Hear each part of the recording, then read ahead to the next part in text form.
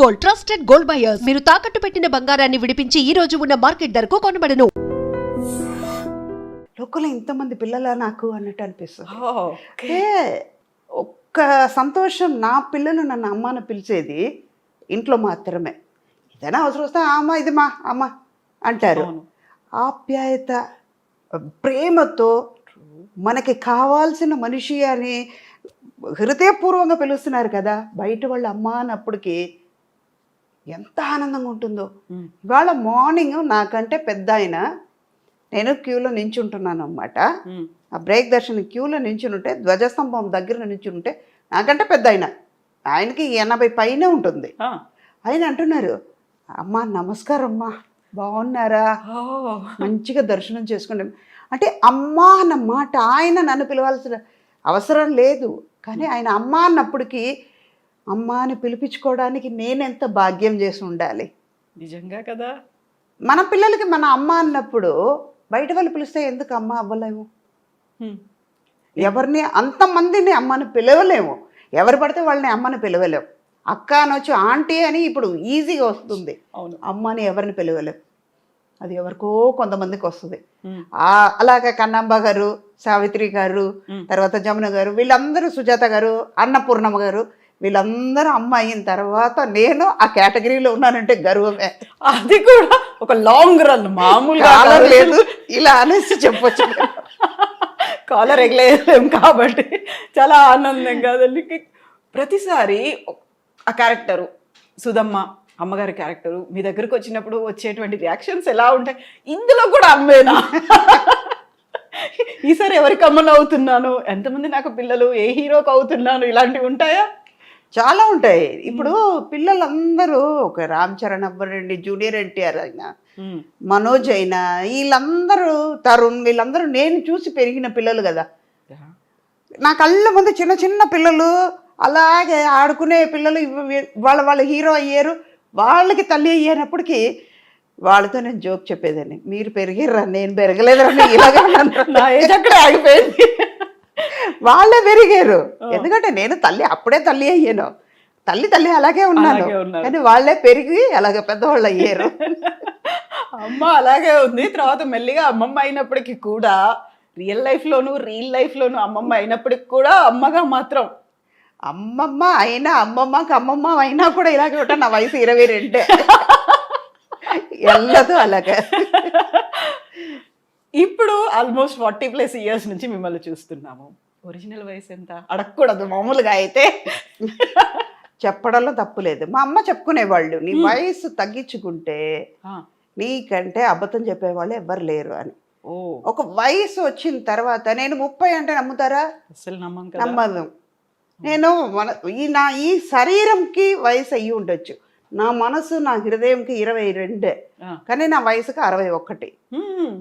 నా శరీరానికి, అవును, దేవుడిచ్చిన శరీరం ఇది, ఇప్పుడు కాదు ఎప్పటికైనా వెళ్ళిపోయే కాలిపోయే శరీరంకి దీని మీద ఇంత ఆశ పెట్టుకున్న దానికి 61. ఇది ఇంకా ఎన్నాళ్ళు ఉంటుందో అది ఆగింది లెక్క. లేదు, చాలా చాలా మీరు చేయాల్సినవి ఉన్నాయి కాబట్టి, నాట్ ఓన్లీ రోల్స్ అనట్లేదు నేను, బోల్డ్ అంతా మీరు చేసే బాధ్యతలు మీకు ఉన్నాయి కాబట్టి నిజంగా ఆశీర్వాదాలు ఉంటాయి. అమ్మ ఆశీర్వాదం మీకు ఉంటుంది, అలాగే ఉంటారు.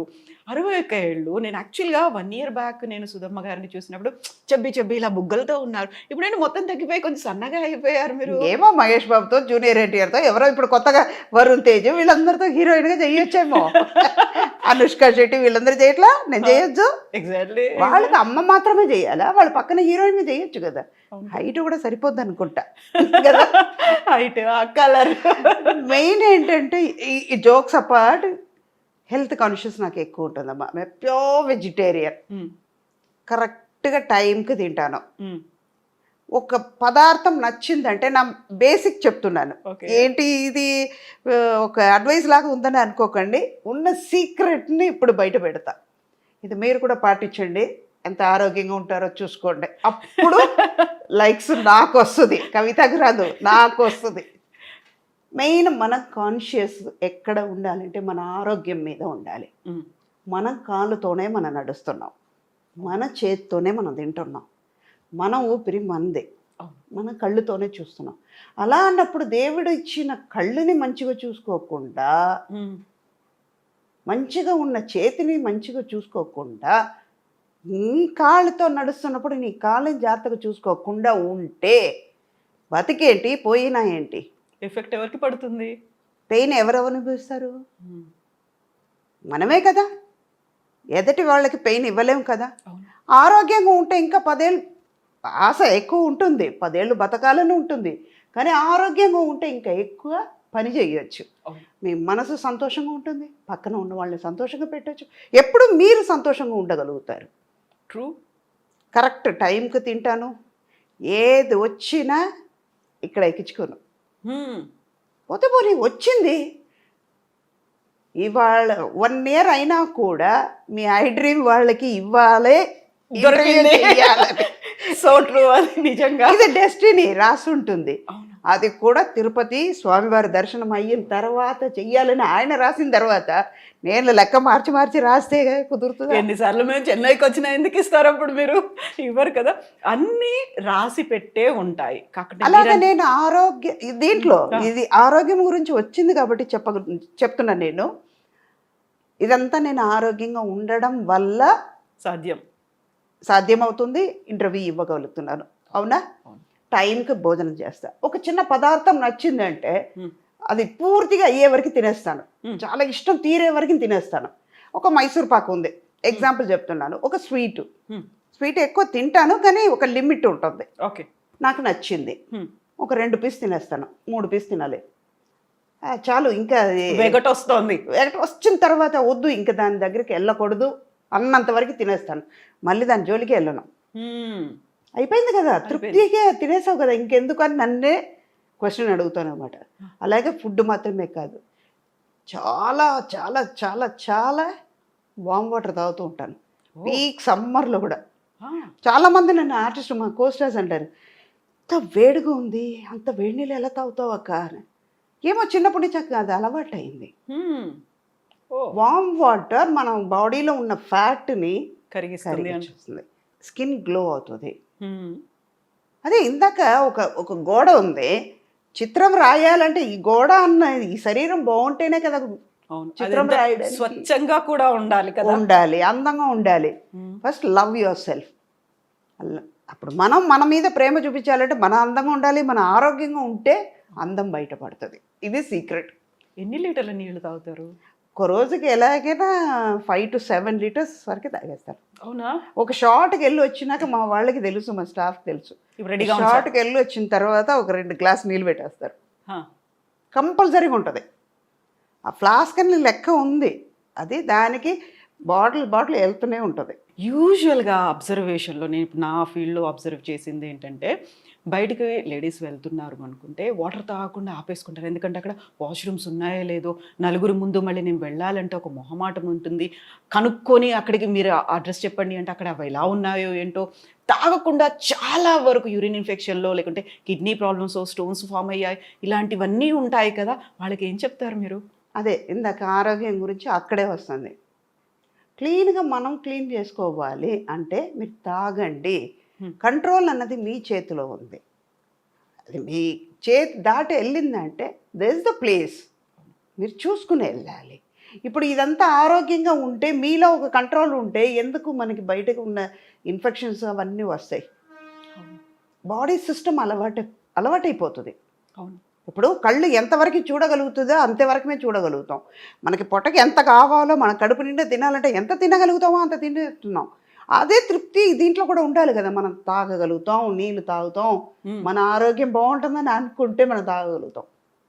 అయ్యో మన రెస్టారెంట్ ఎత్తుకోవాలి అంటేనే మైండ్ ఈ ఆలోచన వచ్చేటప్పటికి అక్కడికి వెళ్తుంది. స్ట్రెస్ కొన్ని నేచర్ మనం దాటి వెళ్ళలేవు. ట్రూ.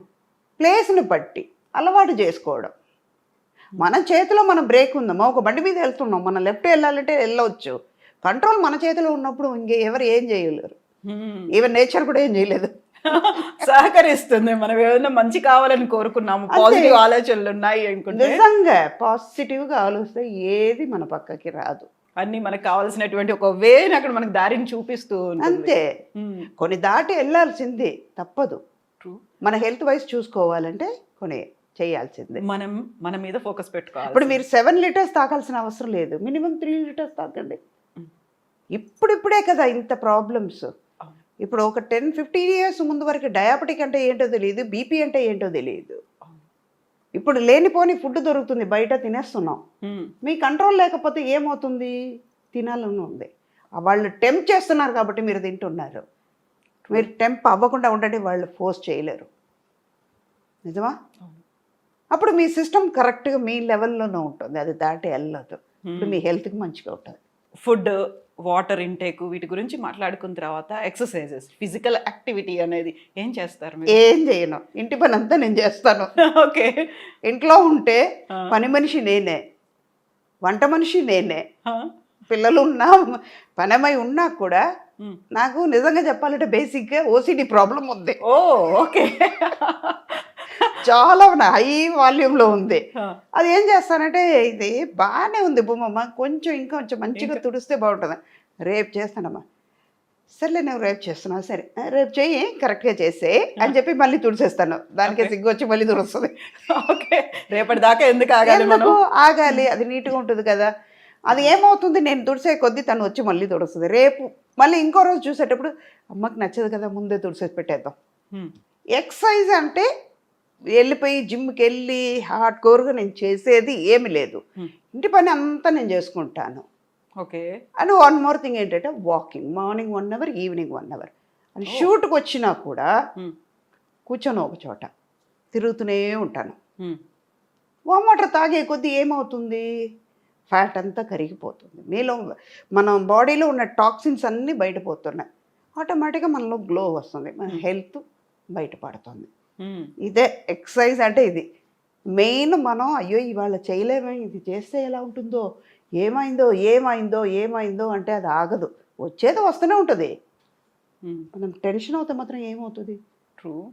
ఒక చిన్న టెన్షన్ వల్ల ఏమవుతుంది, హెల్త్ పాడవుతుంది, మీ కాన్షియస్నెస్ పోతుంది, మీలో ఉన్న స్ట్రెంగ్త్ తగ్గిపోతుంది, ఆటోమేటిక్గా మీ సిస్టమ్ మారిపోతుంది. ఇవన్నీ మీరు చేసే తప్పు వల్ల, మీ ఆలోచన వల్ల జరిగిపోద్ది. మనమే కదా వచ్చింది, రావడం అది పని అయితే నేను ఫేస్ చేయడం నా పని, పాజిటివ్గా అనుకుందాం, జరిగిపోద్ది. ఇప్పుడు ఇన్ని మాట్లాడుకున్న తర్వాత యూజువల్గానే ఒక గ్లామర్ ఫీల్డ్లో ఉన్నారు, ఐదర్ ఇట్ మే బి అమ్మ కావచ్చు, అమ్మమ్మ కావచ్చు, ఎవరైనా కావచ్చు, కెమెరా ముందుకు వస్తున్నారు, ఒక ఇంటర్వ్యూ ఇస్తున్నారు, అది కూడా ఇంటర్వ్యూ ఫర్ ఎవర్ ఉంటుంది, రికార్డ్ అయ్యి ఉంటుంది కాబట్టి అందరూ చూస్తూ ఉంటారు కాబట్టి ప్రాపర్గా డ్రెస్ అయి ఉండాలి, మేకప్ ఉండాలి, టచ్అప్ ఉండాలి, హెయిర్ కూడా ఇలా పోకుండా ఉండాలి, చాలా నీట్గా ఉండాలి. మీరేంటి అలా వచ్చేసరి ఇలా కూర్చున్నారు, నాకు ఇంటర్వ్యూ ఇచ్చేస్తున్నారు, మొహం కూడా చూసుకోకుండా? అంటే మీరు వాళ్ళందరూ చూసుంటారు కదా, ఆవిడ సినిమాలు ఇలా చూసాం, ఒరిజినల్గా ఎలా ఉండాలి చూడాలని వాళ్ళకి ఉంటుంది కదా. ఓకే, అందుకే ఇది ఒరిజినల్, అదే ఇది గోడకి సున్నం వేసినట్టు అది. ఓకే, అది మేకప్ చేసేసి మాకు ఫుల్గా ఇలా అలంకరించి కవర్ చేస్తున్నాం. ఓకే, డైరెక్ట్గా వచ్చి కూర్చున్నారు, నాట్ ఈవెన్ వాళ్ళకు ఫేస్ని కూడా చెక్ చేసుకోలేదు, అసలు ఏమీ లేదు, ఆ ఫీలింగ్ అనేది కూడా లేదు అసలు. దేవుడు అందం ఇచ్చాడు కదమ్మా నాకు.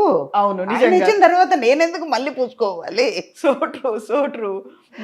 సో ఇప్పుడు అమ్మవారి దర్శనం అయిపోయింది, స్వామివారి దర్శనం అయిపోయింది. యాక్చువల్గా బేసికల్గా మీరు ఫ్రమ్ శ్రీరంగం, ఆ నరనరాన దేవుడు భక్తివాన పొద్దున్న లేచిన దగ్గర నుంచి రాత్రి పడుకునే వరకు అవే వినిపిస్తూ ఉంటాయి, అటు శ్లోకాలు వినిపిస్తుంటాయి, సుప్రభాతము ఉంటుంది, గుడి గంటలు ఇవన్నీ ఉంటాయి. సో అదే సంప్రదాయబద్ధమైనటువంటి ఫ్యామిలీ నుంచి వచ్చారు.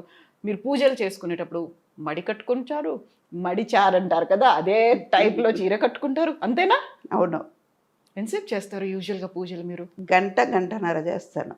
అమ్మ ఇప్పుడు 2 గంటలు వాకింగ్, గంటన్నర పూజ, యాక్చువల్గా ఎలా టైం దొరుకుతుంది? ఇటు షూటింగ్లు, షెడ్యూల్స్, టైం ఫాలో అవ్వాలి, పంక్చువల్గా ఉండాలి అంటే మనలోనే ఉంది కదా అవన్నీ. ఇప్పుడు 6 గంటలకి లేవాల్సింది ఉంటుంది, 4 గంటలకు లేస్తాం, మనం చేయలేమన్నది ఉండకూడదు కదా, అందుకే 4 గంటలకు లేస్తా, 4:30 రెడీ అయిపోతాను, స్నానం చేసి ఫ్రెష్ అప్ అయిన తర్వాత ఒక గంట పూజ చేసుకుంటా. పూజ అవుతూ ఉన్న కొద్దీ అక్కడ వంటలు చేసేస్తాను, మధ్యలో శ్లోకాలు చదువుతూ స్వామివారిని తలుచుకుంటూ, అప్పుడు ఇంకా మంచిగా వస్తుంది. స్వామి కోసం చేస్తున్నాం ఆ ప్రసాదం, అప్పుడు ప్రసాదం బాగానే వస్తుంది. ఏ వంట అయినా మనస్ఫూర్తి పెట్టి చేస్తున్నాం, స్వామి కోసం అనుకుంటూ చేస్తున్నాం. మనం చెప్పే మంత్రాలను బట్టి అక్కడికి వెళ్తుంది కదా వైబ్రేషన్, అది ఉంటుంది, అది బాగానే ఉంటుంది. 6:30కి బయలుదేరుతాం. మధ్యాహ్నం మనకి లంచ్ టైం ఉంది, 1 అవర్ నిద్రపోతాం, ఓకే. పవర్ నాప్ ఉంటుంది. ఈవినింగ్ తొందరగా ఇంటికి వస్తున్నాం. వచ్చిన తర్వాత మన ఆరోగ్యం, మన హెల్త్ కాన్షియస్నెస్ అక్కడ ముందుకు వస్తుంది. మనం వెళ్ళాలి, చెయ్యాలి. ఏదైనా మనం చెయ్యలేము అనుకుంటే చేయలేం. నేను చేస్తాను అనుకుంటే చేయగలుగుతాను. ఓకే. అదే టైమింగ్ కరెక్ట్గా 9:30 డీప్ స్లీప్లో రెండో లోకంలో ఉంటాను నేను. ఓ, మార్నింగ్ 4:30, 5కి లేచిపోతాను. 9:30 వరకు పడుకుంటారు ఇంకా? ఏనుగు వచ్చి పక్కన దాన్ని తొక్కినా కూడా తెలియదు నాకు. అవునా? మా వాళ్ళకే చెప్పేస్తాను, వాళ్ళకే తెలుసు. You believe it or not, చెప్తే నవ్వుతారు. స్కూల్ డేస్లో వెన్ ఐఎమ్ స్కూలింగ్, ఒక సెయింట్ ఫిలోమినాస్ అని ట్రిచీలో ఉంది, అక్కడే చదివాను. తర్వాత ఇంగ్లీష్ మీడియం నుంచి మా వాళ్ళు తమిళ్ తెలియకుండా పోతుందేమో అని తమిళ్ మీడియంలో పెట్టారు కొన్ని. Okay. 8th to old PUC నేను అక్కడ తమిళ్ మీడియంలో పెట్టారు. ఒక 3-4 months తమిళ్ రాక చాలా కష్టపడ్డాను. మనం తర్వాత పికప్ అయిపోయింది. వెళ్తే మధ్యాహ్నం మా టీచర్స్ చెప్పేవాళ్ళు, అలాగా నిద్రపోతుంటే, you are a good student, I know, go and sleep in the last bench, okay అనేవాళ్ళు. వెళ్ళిపోయి నిద్రపోయాను. అవునా? ఇప్పుడు నేను స్కూల్ ఫినిష్ అయ్యే వరకు, కాలేజ్కి పియూసీ కాలేజ్కి వెళ్ళేటప్పుడు వరకు అలాగే ఉండేదాన్ని. ఈచ్ అండ్ ఎవ్రీబడి నోస్, మన వాళ్ళు అందరికీ కూడా తెలియదు. లంచ్ తర్వాత ఒక పవర్ నాప్ ఉంటుంది, 20 to 25 minutes కంపల్సరీ పడుకుంటా. ఓకే. ఇంకోటి మనకి మేకప్ అవన్నీ టైం కూడా ఎక్కువ పట్టదు కాబట్టి దేవుడు ఇచ్చిన వరం అది. లేకపోతే గంటలు గంటలు కూర్చోవాలంటే కష్టం. నిజంగా ఏం ప్రాబ్లం లేదు కదా. ఇదంతా నాకు ప్లస్, అందుకే హెల్దీగా ఉన్నాను, ఆరోగ్యంగా అక్కడ వచ్చింది. సో డైలీ తిరునామం పెట్టుకుంటారా మీరు? ఇంట్లో ఉంటే కంపల్సరీగా ఇదే పెడతాం. ఇక్కడ లెఫ్ట్ హ్యాండ్ లో చూసాను నేను, కనిపిస్తోంది, అందుకే ఇలా తీసి డైలీ పెట్టుకుంటారు. పూజ అప్పుడు కంపల్సరీ ఉంటుంది. గుడికి వెళ్తే కంపల్సరీగా ఇది ఉంటుంది, మడి కట్టుకుంటాం. అంటే మనకి వాళ్ళు అంత ఇచ్చారు, మంచి లైఫ్ ఇచ్చారు దేవుడు. అలా అన్నప్పుడు వాళ్ళ కోసం మనం ఇంత టైం ఇవ్వలేమా? ట్రూ. మనం భోజనం పెట్టుకున్నాం, కంచంలో భోజనం ఉంది, మన ఆకలి తీరాలని మనం తింటున్నప్పుడు, దానికోసం టైం స్పెండ్ చేసినప్పుడు, ఆ అన్నం ఇచ్చి, ఈ శరీరం ఇచ్చి, ఇంత మంచి అమ్మ నాన్నని ఇచ్చి, ఈ లోకాన్ని మన కోసం దేవుడు ఇచ్చేటప్పుడు ఆయన కోసం ఒక 10 నిమిషాలు మనం స్పెండ్ చేయలేము. అది అందుకే నేను అదంతా ఇష్టంగా చేస్తాను.